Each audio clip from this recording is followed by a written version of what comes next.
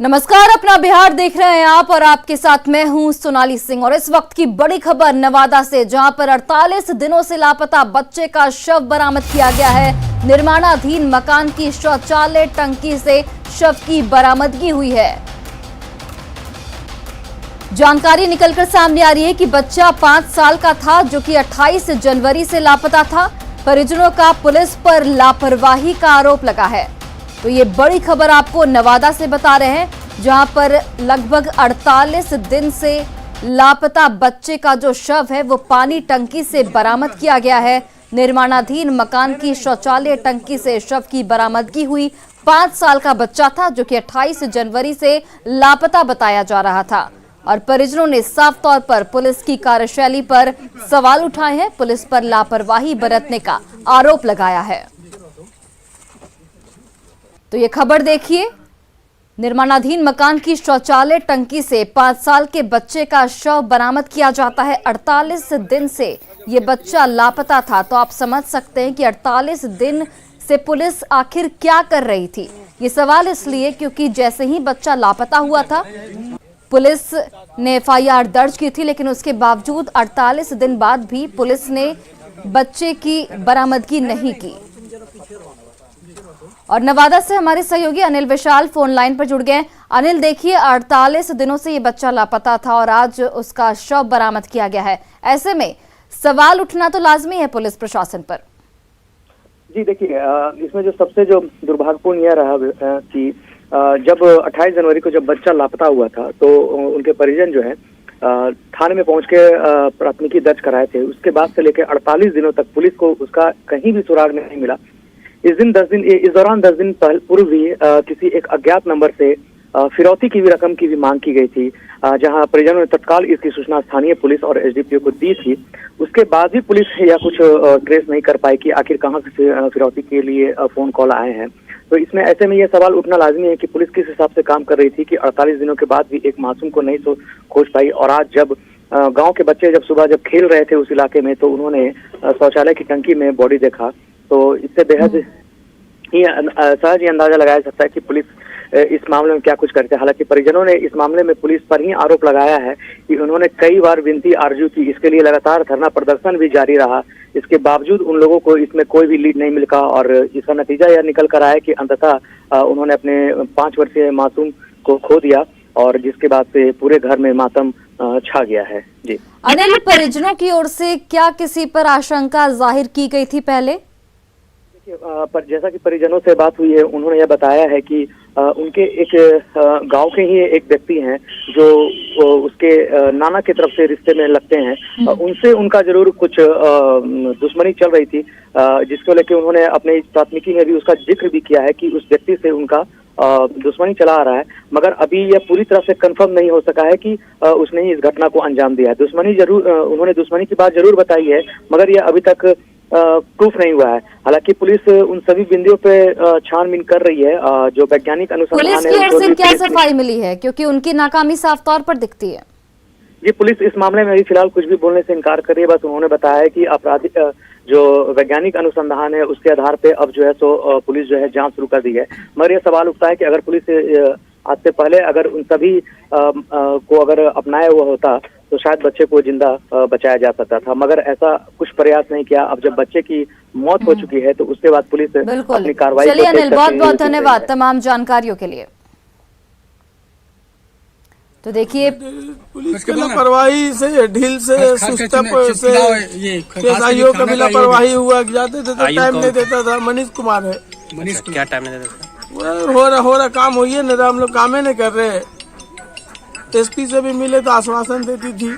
हम लोग शुरू से बोले SIT टीम गठित कर दीजिए, SIT टीम गठित कर दीजिए, जल्दी जो भी डिसीजन आएगा। आज पर प्रशासन चाहता तो मेरा बच्चा को बचा लेता, लेकिन उसके लापरवाही से नहीं बचा मेरा बच्चा। वैज्ञानिक अनुसंधान, तथ्यात्मक अनुसंधान भी चल रहा है। अनुसंधान का रिजल्ट आने दीजिए, पता चलेगा। सर, इन लोग आरोप था कि आयु भी ठीक से काम नहीं करे थे। सर, वो ये आरोप प्रत्यारोप सेकेंडरी चीज है। जो चीज है वो उसकी भी जांच की जाएगी, क्या कहाँ मिले हुआ है उसकी भी जांच की। सर, अब तक पुलिस को कुछ कार्रवाई नहीं की है, आप क्या करेंगे आगे? पुलिस की कार्रवाई में आप देख रहे हैं, पुलिस के पहले भी पुलिस की कार्रवाई हो चुकी हुई है, फिर पुनः भी होगी, हो भी रही है। अब हमारे चलिए ठीक है, ये पब्लिक का अनुसंधान है वो और वहीं कांग्रेस ने भी फिल्म को टैक्स फ्री करने पर सवाल उठाए हैं, जिसका बीजेपी ने जवाब दिया है।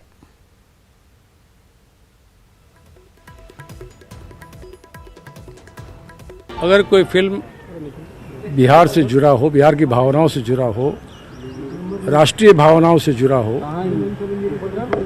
कुछ सामाजिक कुरीतियों के खिलाफ हो, जिससे एक संदेश मिले, अगर ऐसे फिल्म को आप टैक्स फ्री करते हैं तो बात समझ में आती है। लेकिन राजनीतिक उद्देश्यों से प्रेरित कोई फिल्म बनाई गई है और उसको आप भुनाने की कोशिश में, पूरे देश में फिल्म चल रही है, बिहार में उसको टैक्स फ्री कराने की बात कर रहे हैं और इसमें बीजेपी के जो लोग इसके लिए बात उठा रहे हैं, बीजेपी के ही वित्त मंत्री ने उसे स्वीकार भी कर लिया है। यह ऐसी मूवी है जिसमें सच को जो दबाने का पहले प्रयास किया गया था, उस सच को उजागर किया है इस पिक्चर ने। राष्ट्रवाद की प्रवर्तक है यह फिल्म और इस फिल्म से लोगों को प्रेरणा मिलती है। और जो अभिव्यक्ति की स्वतंत्रता वाले ढकोसला करने वाले लोग मोमबत्ती जलाते थे, वो लोग सब लोग इस फिल्म को बदनाम करने की साजिश रच रहे हैं। लेकिन यह फिल्म देशभक्ति से परिपूर्ण फिल्म है।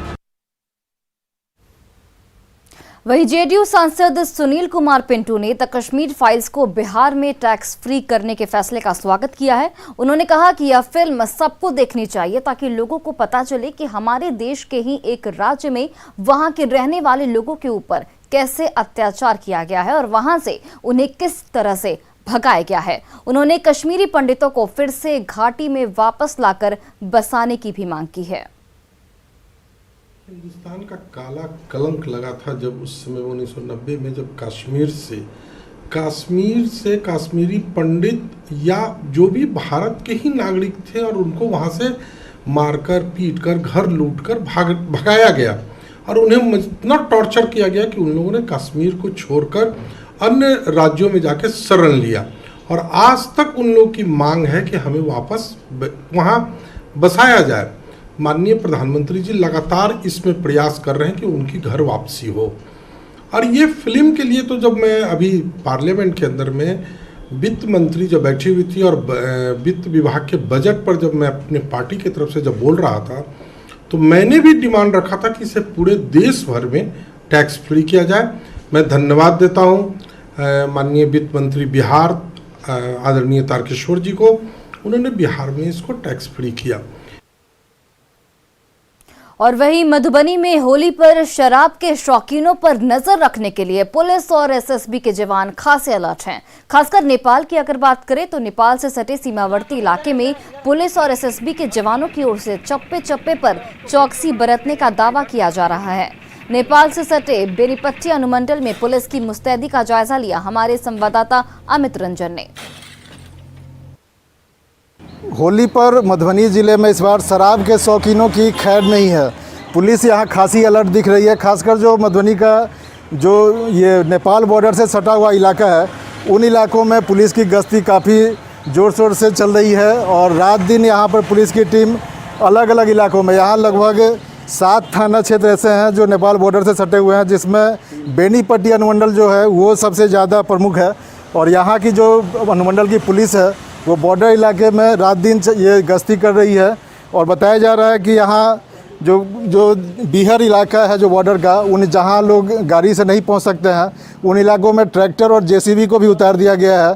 और बताया जा रहा है कि यहाँ जो इस बार शराब के शौकीन हैं उनके खिलाफ पुलिस पूरी मुस्तैदी से जुटी हुई है। हमारे साथ यहाँ जो बेनीपट्टी अनुमंडल के जो एसडीपीओ हैं, आइए जानते हैं कि होली को लेकर के क्या कुछ यहाँ ये बरती जा रही पुलिस के द्वारा। सर क्या है यहाँ जो हमारा नेपाल का जो बॉर्डर क्षेत्र है, हमारा 3 थाना पड़ता है। हमारे पुलिस अधीक्षक जो मधुबनी हैं वो स्वयं गश्त में हैं, वो भी रात भी निकले हुए थे, हम लोग भी रात में थे, लगभग रात में निकलते हैं। जिसका हुआ कि हम लोग सारघाट में भी शराब पकड़े हैं, रात अरेर में भी पकड़ाया है और लगातार सघन है। जहाँ आदमी नहीं, गाड़ी नहीं जा सकता है, मोटरसाइकिल या अन्य 4 चक्का नहीं जा सकती, उसके लिए सरकार द्वारा ट्रैक्टर भी मुहैया कराया गया। यहाँ जो शराब तस्कर हैं वो नए नए तरीके ईजाद कर रहे हैं। बताया जा रहा है कि यहाँ भी मैं ये अरेर थाने पर हूँ। यहाँ जो अभी बाइक बरामद हुई है, आपको इसमें दिखाते हैं कि यहाँ जो ये सीट का जो ये सीट कवर है, इसके नीचे जो ये कवर के अंदर इसका इस्तेमाल किया जा रहा था। इसमें शराब की बोतलें, जो नेपाली देसी शराब की बोतलें इसमें छुपा कर लाई गई थी।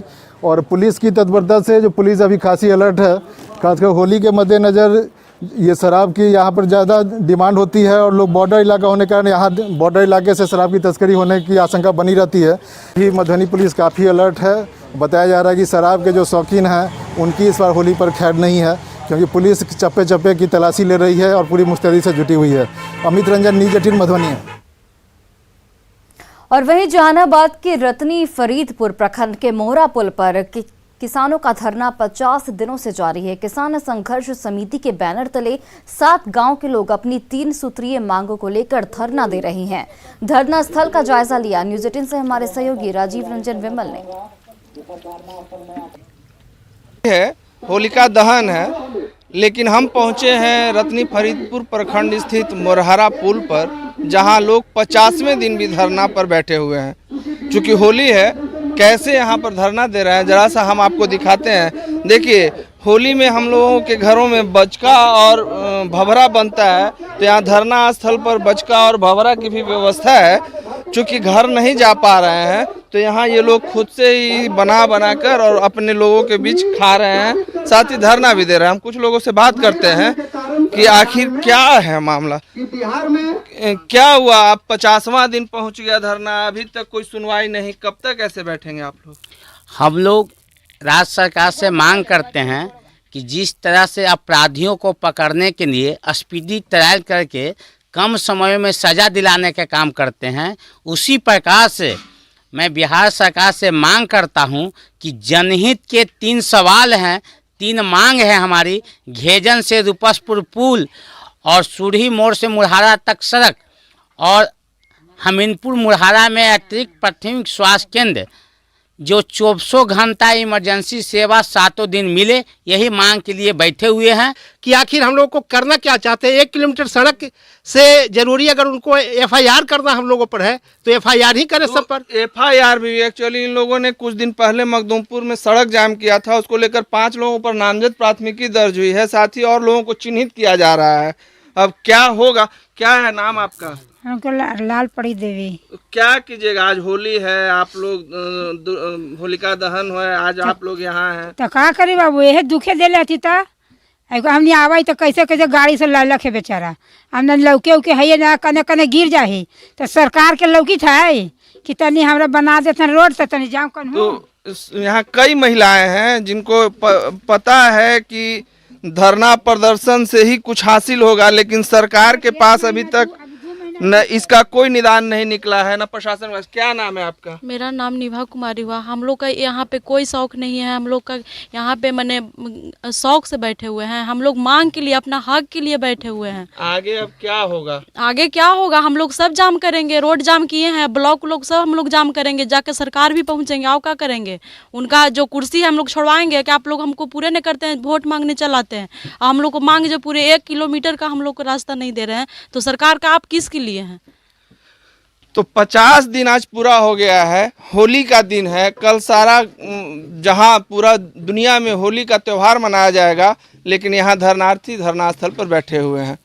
अब देखना है कि इसका निदान क्या निकलता है। दीपक के साथ राजीव रंजन विमल, न्यूज़ 18 जहानाबाद। और वहीं पूर्व सीएम राबड़ी देवी ने मंत्री अशोक चौधरी पर महिलाओं के अपमान का आरोप लगाया है। हम पढ़ी लिखी नहीं है तो कहता अनपढ़ है। कानून जानती है ये अशोक चौधरी के का नाम है जी, कि कानून जानती हैं जी।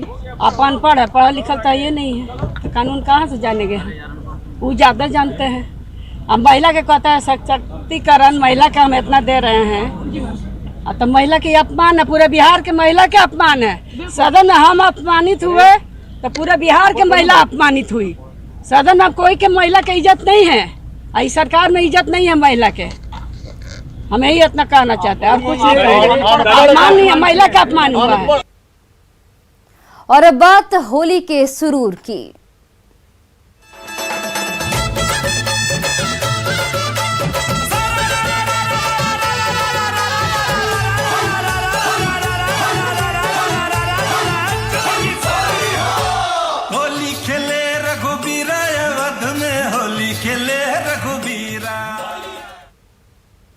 भागलपुर में होली के एक दिन पहले आज मिट्टी की होली सुबह से खेली जा रही है। सदियों से होली के एक दिन पहले मिट्टी की होली खेलने की परंपरा है।